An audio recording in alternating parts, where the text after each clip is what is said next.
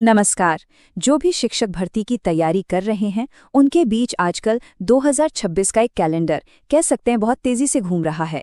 इसमें TGT, PGT जैसी बड़ी बड़ी परीक्षाओं की तारीखें भी दी गई हैं। पर सबसे बड़ा सवाल तो यही है कि क्या ये सच है? तो चलिए आज इसी दस्तावेज को जरा बारीकी से देखते हैं। तो ये है वो दस्तावेज जो आजकल हर जगह चर्चा में है। पहली नज़र में देखें तो ये बिल्कुल असली, एकदम ऑफिशियल लगता है।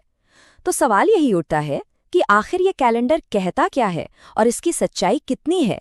आइए इसी को समझने की कोशिश करते हैं। देखिए, किसी भी डॉक्यूमेंट को समझने का पहला स्टेप होता है ये देखना कि उसे जारी किसने किया है। तो चलिए सबसे पहले इसके हेडर पर एक नज़र डालते हैं। अच्छा, तो यहाँ पर साफ साफ लिखा है उत्तर प्रदेश शिक्षा सेवा चयन आयोग प्रयागराज। इससे इसको एक ऑफिशियल लुक तो मिलता है। और जो बात सबसे ज्यादा ध्यान खींचती है वो है इसकी तारीख, 20 जनवरी 2026। यानी ये एक भविष्य की तारीख है, जिससे ये पता चलता है कि ये एक प्रस्तावित कैलेंडर है। चलिए अब आते हैं इस डॉक्यूमेंट के सबसे जरूरी हिस्से पर, यानी कि एग्जाम्स का जो प्रपोज्ड शेड्यूल है उस पर। इसमें कौन कौन सी भर्तियां हैं, आइए देखते हैं। इस कैलेंडर को देखें तो पता चलता है कि साल 2026 में 4 बड़ी शिक्षक भर्तियों की परीक्षाएं करवाने का प्लान है।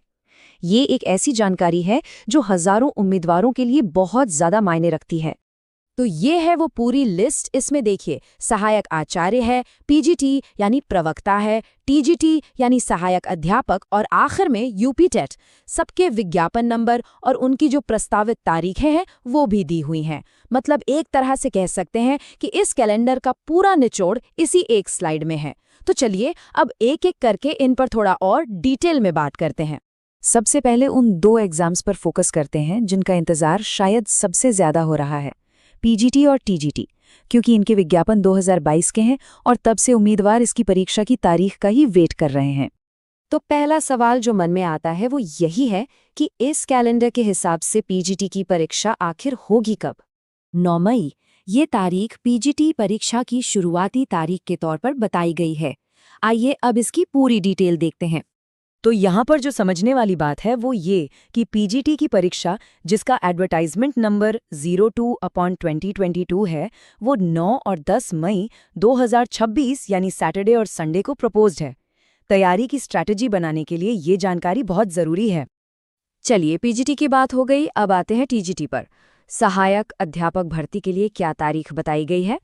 इसके लिए तारीख है 3 जून। टीजीटी परीक्षा की शुरुआत इस दिन से बताई गई है।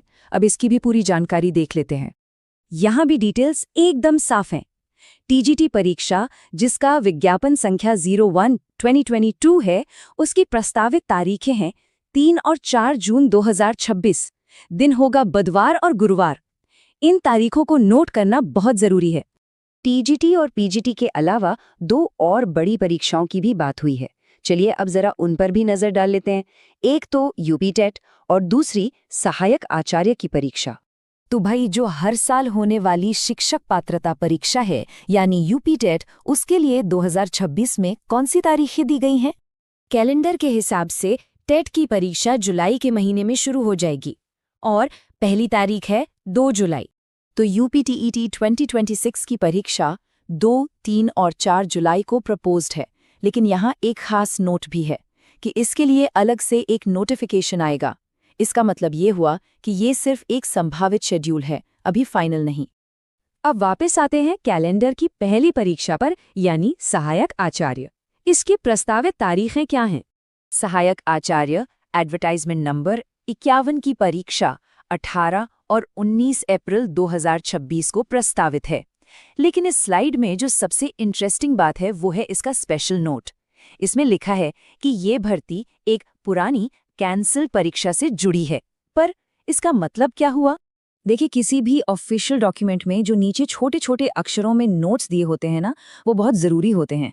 इस कैलेंडर में भी कुछ ऐसी ही जानकारी छिपी है जो पूरे मामले को एक नया एंगल दे सकती है। चलिए समझते हैं।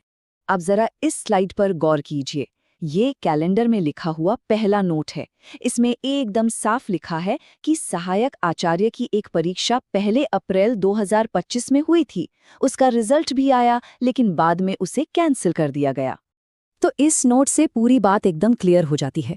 2026 में सहायक आचार्य के लिए जो तारीखें दी गई हैं वो किसी नई भर्ती के लिए नहीं हैं, बल्कि ये उसी पुरानी रद्द हुई भर्ती यानी विज्ञापन संख्या 51 को दोबारा करवाने के लिए हैं।